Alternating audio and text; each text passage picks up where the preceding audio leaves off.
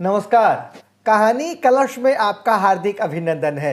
आज मैं कक्षा 10वीं के लिए कर चले हम फिदा ये कविता लेकर उपस्थित हुआ हूँ। और आप जानते हैं यह कविता जो यह गीत है कक्षा 10वीं में जो यह गीत लगा हुआ है ये हकीकत फिल्म 1965 में आई थी। यह फिल्म जो बनी थी भारत और चीन के युद्ध की पृष्ठभूमि पर यह बनी थी और उसी फिल्म के लिए यह गीत लिखा गया था। गीतकार कैफी आजमी है और उन्होंने देशभक्ति की ये गीत है और उसके लिए यहाँ पर उसकी ऐतिहासिक पृष्ठभूमि यही है इस गीत की। तो आइए सबसे पहले कवि परिचय करेंगे, फिर कविता के बारे में करते हैं। तो आइए सबसे पहले कवि परिचय करते हैं। कर चले हम फिदा ये शीर्षक है। कवि कैफी आजमी, जन्म 1919 उत्तर प्रदेश में और मृत्यु 2002 में हुई। कैफी आजमी की गणना प्रगतिशील उर्दू कवियों की पहली पंक्ति में की जाती है। कैफी की कविताओं में एक ओर सामाजिक और राजनीतिक जागरूकता का समावेश है तो दूसरी ओर हिंदी हृदय की कोमलताएं भी हैं। उन्होंने फिल्मों के लिए सैकड़ों बेहतरीन गीत लिखे हैं। अपने रचना कर्म के लिए कैफी को साहित्य अकादमी पुरस्कार सहित कई पुरस्कारों से नवाजा गया है। वे कलाकारों के परिवार से थे। इनके तीनों भाई, बड़े भाई जो शायर थे और पत्नी शौकत आजमी और बेटी शबाना आजमी दोनों मशहूर अभिनेत्रियां हैं। उनके 5 कविता संग्रह तथा अन्य कई गज़ल और नज्म में से कुछ विशेष हैं। झंकार, आखिर ए शव, आवारा सजदे, सरमाया और फिल्मी गीतों का संग्रह, ये इनकी प्रमुख रचनाएं हैं। तो कवि परिचय के बाद कविता की जो मुख्य बिंदु क्या है उस पर हम विचार करते हैं। सैनिकों की देश पर कुर्बान होने की दृढ़ भावना, अपने कर्तव्य पथ पर बढ़ते रहना, मरते मरते भी अपनी वीरता का प्रदर्शन करना, जिंदगी में खुशी मनाने के मौके अनेक पर बलिदान का अवसर एक बार, नौजवानों को देश पर बलिदान होने की प्रेरणा देना, धरती का खून से लाल होना, कुर्बानियों का रास्ता वीरान न होने देने की इच्छा, देश की रक्षा के बाद ही जश्न मनाने का अवसर प्राप्त होना, देश की रक्षा के लिए कमर कसने की पुकार, शत्रु को मुंह तोड़ जवाब देना, राम लक्ष्मण की तरह सीता रूपी भारत माता की रक्षा करना, ये कविता की मुख्य बिंदु है। ये मैंने पहले ही दे दिया। उसके बाद इस संदर्भ में हम इसकी व्याख्या करेंगे। देखते हैं कि पाठ सार क्या है। कविता का सार सन 1962 में हुए भारत चीन युद्ध का वातावरण इस गीत की पृष्ठभूमि है। इस गीत में कवि ने वीर सैनिकों के हृदय के भावों की अभिव्यंजना की है। सैनिक अपने बाकी साथियों से तथा देशवासियों से अंतिम घड़ी की विदा लेते हुए उन्हें संदेश दे रहे हैं, उन्हें मैसेज दे रहे हैं या उन्हें संबोधित कर रहे हैं। वह कह रहा है कि अपने सांस थमने तक तथा नब्ज के बंद हो जाने तक भी उसने हिमालय जो भारत की आन बान शान का प्रतीक है का सम्मान खंडित नहीं होने दिया। वह अपनी अंतिम सांस तक शत्रु से संघर्ष करता रहा क्योंकि देश के लिए बलिदान देने के अवसर रोज रोज नहीं मिलते। अब इस देश को देशवासियों के हवाले करते हुए सैनिक चाहता है कि देश का प्रत्येक नौजवान अपने खून से इसके सम्मान की रक्षा करे।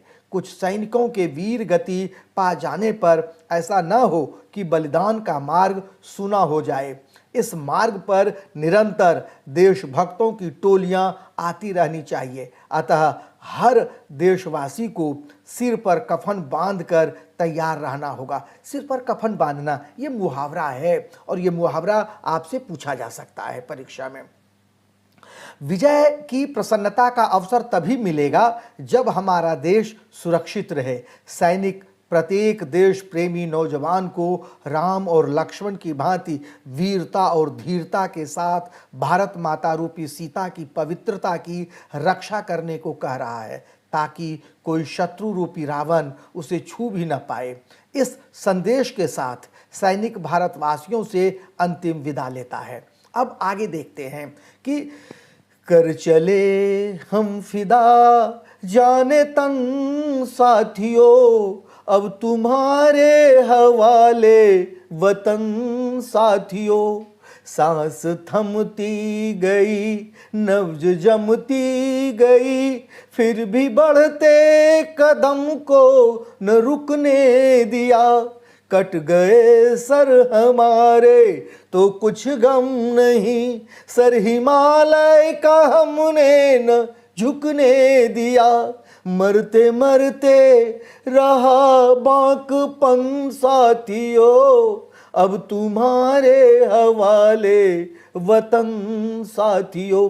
अब क्या है? फिदा, न्योछावर, हवाले, सौंपना, बांकपन, वीरता का भाव, ये इसके शब्दार्थ हैं। और जो बच्चों एक बात ध्यान दीजिएगा, मेरी आवाज़ अच्छी नहीं है, लेकिन फिर भी मैंने कोशिश की कि आपको उसी रिदम में पहुंचाने की कोशिश की। जैसे मैं क्लास में सुनाता हूं पढ़कर, और फिर पहले तो मैं वीडियो दिखाता हूं और उसके बाद फिर इस गाने को गाकर सुनाकर मैं करवाता हूं। तो मैंने कोशिश की कि पूरी क्लास को यहां उतार दूं। अब आगे देखिए क्या इसकी व्याख्या क्या है। युद्ध भूमि में सैनिक देश की रक्षा करते हुए अपने प्राणों को न्यौछावर करते समय अन्य साथियों से कहते हैं कि हम तो देश की रक्षा के लिए अपना शरीर और प्राण न्यौछावर करके इस दुनिया से जा रहे हैं। अब यह देश तुम्हारे हवाले है, तुम ही इसकी रक्षा करना। हमारी सांसें अब रुकने लगी हैं, ठंड के कारण नाड़ी भी जमने लगी हैं, फिर भी हमने अपने कदमों को आगे बढ़ने से नहीं रोका।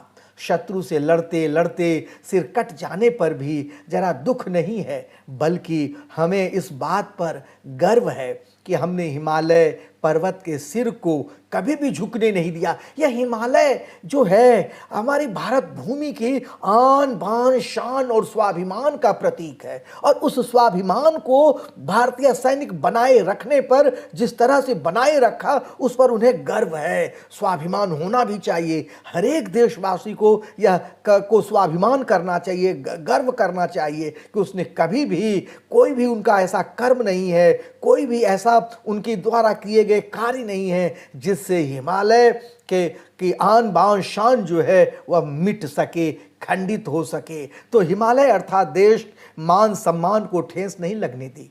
मरते समय भी हमारे मन में बलिदान और संघर्ष का जोश बना रहा। हमारे भारतीय सेना की यह विशेषता है, ये आप जानिए।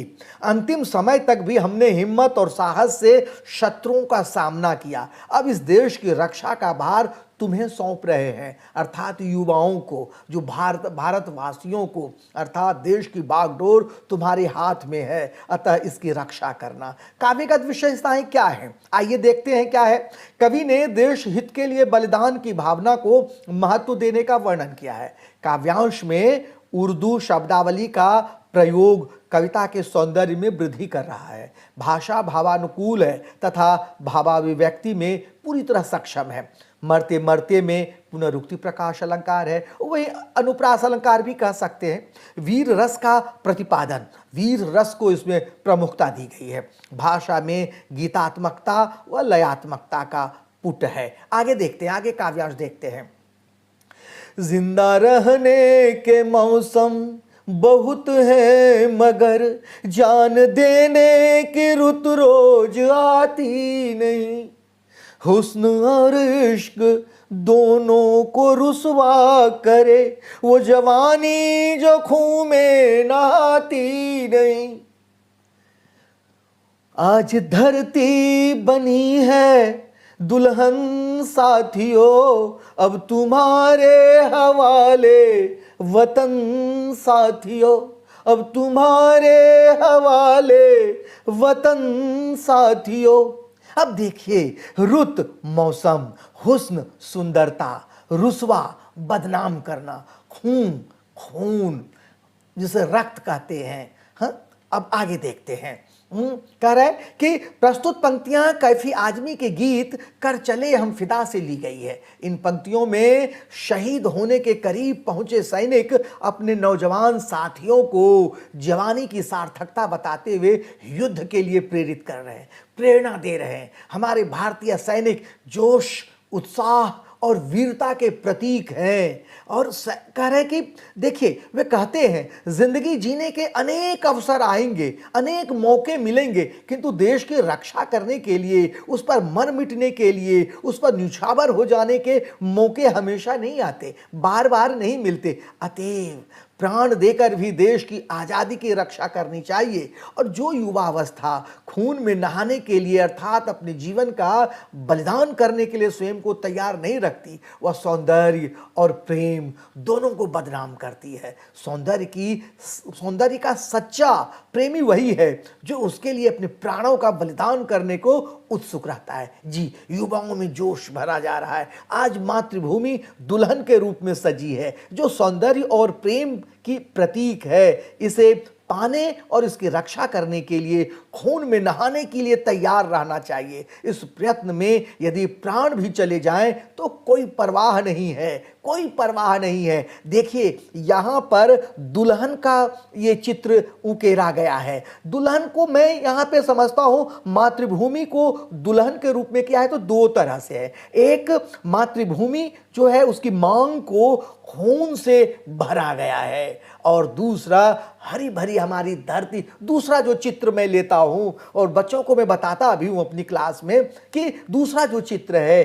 कि मातृभूमि जो है हमारी धरती हरी भरी है, हरी धानी चुनरी उन्होंने धारण कर रखी है, और मांग पर खून के मांग भरे हुए हैं, खून से मांग भरे हैं। और क्या है, मांग को ये जो है मांग भरी हुई है। क्योंकि खून, रक्त जो है वह रक्त सैनिकों का रक्त है। इसलिए काव्य सौंदर्य में देखिए, देशवासियों को संबोधित करते हुए देश के प्रति अपना सर्वस्व न्यौछावर कर देने की प्रेरणा दी गई है। जनसाधारण की सरल भाषा तथा उर्दू बहुल खड़ी बोली का प्रयोग किया गया है। देशभक्ति का चरम रूप दर्शनीय, देशभक्ति बिल्कुल चरमोत्कर्ष पर है। यहाँ पर गेयता से काव्य सौंदर्य में वृद्धि हो रही है। और गेयता है, प्रश्न बन सकता है कि गीत अमर क्यों हो जाते हैं, लोगों की जुबान पर क्यों गीत बस जाते हैं। आगे हम बताएंगे इस प्रश्न का उत्तर। राह कुर्बानियों की न वीरान हो, तुम सजाते ही रहना नए काफिले। फतह का जश्न इस जश्न के बाद है, जिंदगी मौत से मिल रही है गले। बांध लो अपने सर से कफन साथियों, अब तुम्हारे हवाले वतन साथियों, अब तुम्हारे हवाले वतन साथियों। क्या कह रहा है? कह रहा है कुर्बानियां बलिदान, वीरान सुनसान, काफिले समूह, फतह यानी जीत, जश्न यानी खुशी। ये देखिए, कह रहा है सैनिक कहते हैं कि हम तो देश के लिए बलिदान दे रहे हैं, परंतु हमारे बाद भी ये सिलसिला चलते रहना चाहिए। जब भी जरूरत हो तो इसी तरह देश की रक्षा के लिए एकजुट होकर आगे आना चाहिए। देश की खुशी तो देश पर प्राण न्यौछावर करने की खुशी के बाद दुगनी हो जाती है। उस स्थिति में ऐसा लगता है मानो जिंदगी मौत से गले मिल रही हो। अब ये देश आप देशवासियों को सौंप रहे हैं। अब आप अपने सर पर मौत की चुनरी बांध लो, अर्थात मौत के कफन। अर्थात अब आप देश की रक्षा के लिए तैयार हो जाओ। युवाओं को संबोधित करते हुए सैनिक कहते हैं। अब देखिए काव्य सौंदर्य क्या क्या है। कवि ने देश की रक्षा हेतु बलिदान के महत्व को बताया है। भाषा भावों की अभिव्यक्ति करने में पूर्णतः सक्षम है। प्रस्तुत काव्यांश में दृष्टांत अलंकार का प्रयोग किया गया है, उदाहरण दिया है। देश रस की वीर रस की अभिव्यक्ति हुई है। मुहावरे का मनोहारी चित्रण किया गया है। सर पर कफन बांधना मुहावरा है। आगे देखते हैं आगे की व्याख्या। खींच दो अपने खून से जमी पर लकीर, इस तरफ आने पाए न रावण कोई। तोड़ दो हाथ अगर हाथ उठने लगे, छून पाए सीता का दामन कोई। राम भी तुम ही लक्ष्मण साथियों, अब तुम्हारे हवाले वतन साथियों, अब तुम्हारे हवाले वतन साथियों। अब देखिए यहाँ पर मुझे कोई और पिक्चर मिला नहीं, तो इस पिक्चर को मैंने उस जो आनंद उन्होंने बनाया था, रामानंद सागर जी ने, वहाँ से मैंने पिक्चर लेकर इसको यहाँ बनाया है। शब्दार्थ देखिए, जमी यानी जमीन, धरती, लकीर, रेखा। अब देखिए आगे इसकी व्याख्या क्या है। सैनिक कहते हैं कि अपने खून से लक्ष्मण रेखा के समान एक रेखा खींच भी लो और ये तय कर लो कि उस रेखा को पार करके कोई रावण रूपी दुश्मन इस पार ना आ पाए। सैनिक अपने देश की धरती को सीता के आंचल की तरह मानते हैं और कहते हैं कि अगर कोई हाथ इस आंचल को छूने के लिए आगे बढ़े तो उसे तोड़ दो। सीता माँ जिस तरह हमारे लिए पूजनीय है, भारत माता भी हमारे लिए पूजनीय है। इस धरती की रक्षा के लिए इस प्रकार राम और लक्ष्मण ने सीता माँ की रक्षा की थी, ठीक उसी तरह से आपको भी, युवाओं को भी देश की रक्षा करनी होगी। अपने वतन की रक्षा के लिए तुम ही राम हो और तुम ही लक्ष्मण हो। अब यह देश तुम्हारी देश की रक्षा का दायित्व जो है, उसकी जिम्मेदारी जो है वह तुम पर है, उन युवाओं पर है, देश के युवाओं पर है। आगे देखिए क्या इसका सौंदर्य क्या है। कवि ने देश की रक्षा हेतु बलिदान के महत्व को बताया है। भाषा भावों की अभिव्यक्ति करने में पूर्णतः सक्षम है। ये तो लगभग हर एक काव्यांश में है। प्रस्तुत काव्यांश में दृष्टांत अलंकार का प्रयोग किया गया है और वीर रस की अभिव्यक्ति हुई है। यहाँ सीता माता और सीता माँ और भारत माता देश की बहन बेटियों के प्रतीक के अर्थ में है। देश की भारत माँ के प्रतीक क्या है और देश की बहन बेटियों के प्रतीक के अर्थ में है। तो ये देखिए यहाँ से भी प्रश्न बन सकता है, बड़े ध्यान से इसे कीजिएगा। खींच दो अपने खून से जमी पर लकीर, तो इस तरफ आने पाए न रावण कोई। तोड़ दो हाथ अगर हाथ उठने लगे, छू न पाए सीता का दामन कोई। राम भी तुम ही लक्ष्मण साथियों, अब तुम्हारे हवाले वतन साथियों। क्या कह रहा है यहां पर कवि? कविता में एक रावण किसका प्रतीक है? किसका? शत्रुओं का प्रतीक है। चार ऑप्शंस हैं, मैं सिर्फ उत्तर को बोलूंगा। खून से जमीन पर लकीर खींचने का क्या आशय है? बलिदान क्या है इसमें? दुश्मन पर हमला करना, सीमाओं पर रक्तपात करना, बलिदान देकर भी शत्रु को रोकना, मातृभूमि की रक्षा के लिए तत्पर रहना। अब देखिए क्या कह रहा है, खींच दो जमी पर, तो यहां पे है मातृभूमि की रक्षा के लिए तत्पर रहना। सीता का दामन किसे कहा गया है? भारतीय संस्कृति परंपरा को, देवी देवताओं की मर्यादा को, देश के स्वाभिमान को, मातृभूमि के सम्मान को। सीता का दामन मातृभूमि के सम्मान को कहा गया है। राम भी तुम ही लक्ष्मण साथियों से कवि का क्या संकेत है या उसका क्या आशय है? तो यहां पर क्या है देखिए, तुम्हें राम भी बनना है और लक्ष्मण भी। तुम्हें नारी के सम्मान की रक्षा भी करनी है और मर्यादा की भी। तुम्हें युद्ध भी करना है और रक्षा भी। तुम्हें भारतीयता को भी बचाना है और सीमाओं को भी। तो तुम्हें राम भी बनना है और लक्ष्मण भी, ये होना चाहिए। अगला है, एक और रह गया, क्या छूने न पाए सीता का दामन कोई। इसमें क्या है?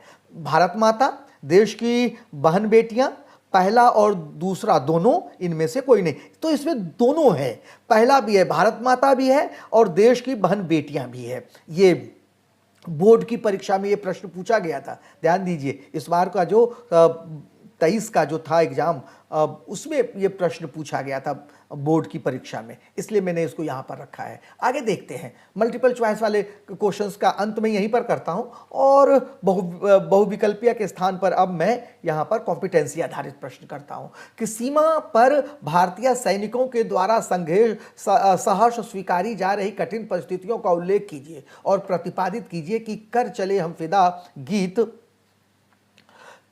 फिदा गीत सैनिकों के हृदय की आवाज़ है। कर चले हम फिदा गीत उर्दू के प्रसिद्ध शायर कैफी आजमी की रचना है। इस गीत के माध्यम से कवि ने यह स्पष्ट करने का प्रयास किया है कि भारतीय सैनिकों का जीवन वास्तव में बलिदान, संघर्ष, अनुशासन एवं सर्वस्व न्यौछावर करने की भावना से ओतप्रोत होता है। वे सीमा पर मिलने वाली विविध कठिन परिस्थितियों का सहर्ष सामना करते हैं। भारतीय सैनिक अपने जीवन के अंतिम क्षणों तक संघर्ष करते रहते हैं। देश की रक्षा में तत्पर भारतीय सैनिक सांस रुकने एवं धड़कनें बंद होने तक अपने कदमों को रुकने नहीं देते। स्वयं का सर्वस्व त्याग करते हुए भी वह हिमालय का मस्तक झुकने नहीं देते। इस प्रकार वह देश की रक्षा के लिए मार्ग में आने वाली सभी कठिन परिस्थितियों को सहर्ष स्वीकार करते हुए देश के गौरव को बनाए रखते हैं। प्रस्तुत गीत में कवि ने सैनिकों के माध्यम से देश के लिए अपने प्राणों को न्यौछावर करने वाले लोगों की भावना को आलोकित किया है। इस देश की रक्षा में अपने प्राणों का उत्सर्ग करने वाला सैनिक ऐसी ही अपेक्षा आने वाली युवा पीढ़ियों से भी करता है। उसे देश के लिए मर मिटना अपने जीवन में सौंदर्य तथा प्यार की प्राप्ति से कहीं अधिक महत्वपूर्ण एवं अर्थपूर्ण लगता है। इसी में जीवन की सार्थकता है। अब अगला प्रश्न है कि कर चले हम फिदा कविता में सैनिक को बलिदान के समय भी दुख का अनुभव क्यों नहीं होता, बताइए। ये उसके बाद उत्तर है कि किसी भी सैनिक का अपने देश या राष्ट्र के लिए बलिदान देना परम धर्म एवं कर्तव्य माना जाता है। इसी धर्म और कर्तव्य का पालन करते हुए एक सैनिक राष्ट्रहित में अपना बलिदान देते समय दुखी नहीं होता, बल्कि गर्व का अनुभव करता है। वह अपनी भारत माता की रक्षा एवं सेवा के लिए सदैव तत्पर रहता है। वह अपने कर्तव्यों का पालन ईमानदारी के साथ करता है। इस प्रकार कहा जाना चाहिए कि अपने धर्म और कर्तव्य की पालन करते हुए या कर्तव्य की रक्षा करते हुए, अपने धर्म की रक्षा करते हुए समय वह दुखी नहीं होता, बल्कि गौरवान्वित महसूस करते हुए अपने कर्तव्य का पूर्ण रूप से पालन करना चाहिए, जैसा कि हमारे देश के प्रत्येक सैनिक किया करते हैं। यहाँ पे युवाओं को भी संबोधित है। कर चले हम फिदा कविता में साथियों संबोधन का प्रयोग किन के लिए किया गया है? तो कर चले हम फिदा कविता में कवि ने साथियों का संबोधन अपने सैनिक साथियों तथा देशवासियों के युवाओं के लिए किया है। यह संबोधन देश के उन सैनिकों की ओर से है जो देश के लिए स्वयं का बलिदान दे रहे हैं। उन्हें अपने बलिदान पर गर्व है। उन्होंने मरते दम तक देशवासियों का साथ निभाया है, इसलिए वे अपने उन देशवासियों को साथियों के संबोधन से संबोधित कर रहे हैं। साथ ही वे देश के अन्य लोगों को भी अपने समान देश पर मर मिटने की प्रेरणा दे रहे हैं। वे देश के लिए बलिदान देने वालों के काफिले को आगे बढ़ते रहने के लिए प्रेरित किया है। अगला प्रश्न है, कर चले हम फिदा कविता में कवि ने देशवासियों से क्या अपेक्षाएं की हैं? क्या हम उन अपेक्षाओं को पूरा कर रहे हैं? तर्क सहित उत्तर दीजिए। यह प्रश्न बोर्ड में भी पूछा गया था।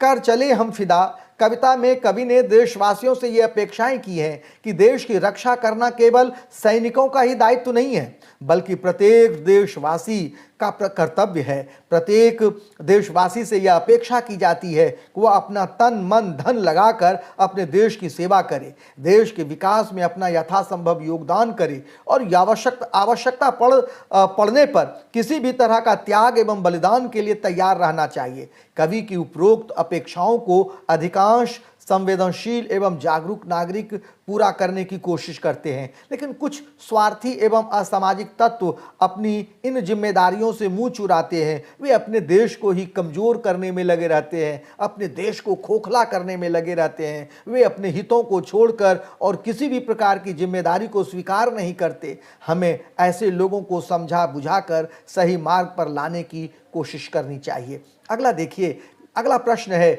युद्ध क्षेत्र में वीर सैनिक अपने जीवन को किस तरह सार्थक मानता है?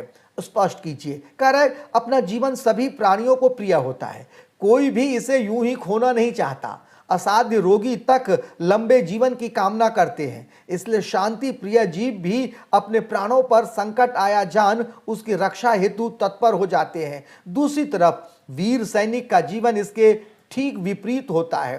वह अपने जीवन के लिए नहीं, बल्कि देशवासियों की आज़ादी और देश पर आए संकट से मुकाबला करने के लिए अपना सीना तान कर खड़ा हो जाता है। युद्ध क्षेत्र में वीर सैनिक अपने देश की मान मर्यादा, आन बान शान शान एवं सुरक्षा के लिए अपने प्राणों को न्यौछावर करके ही अपने जीवन की को सार्थक मानता है। वह किसी भी कीमत पर अपने देश के सम्मान को ठेस नहीं पहुंचने देता।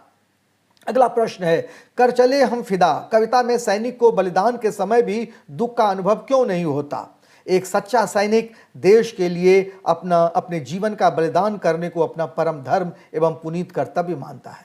वह कठिन से कठिन परिस्थितियों में रहते हुए भी देश की सुरक्षा में सेंध नहीं लगने देता। उसके जीवन का हर क्षण बस स्वदेश तथा देशवासियों के हित के लिए भी व्यतीत होता है। वह सदैव भारत माता के शत्रुओं से भारत माता की रक्षा के लिए तत्पर रहता है। वह मानसिक रूप से देश के लिए अपने प्राणों का बलिदान देने के लिए हमेशा तैयार रहता है। मरते समय भी उसे न तो मरने का दुख होता है, न ही उसके जोश में कमी आती है।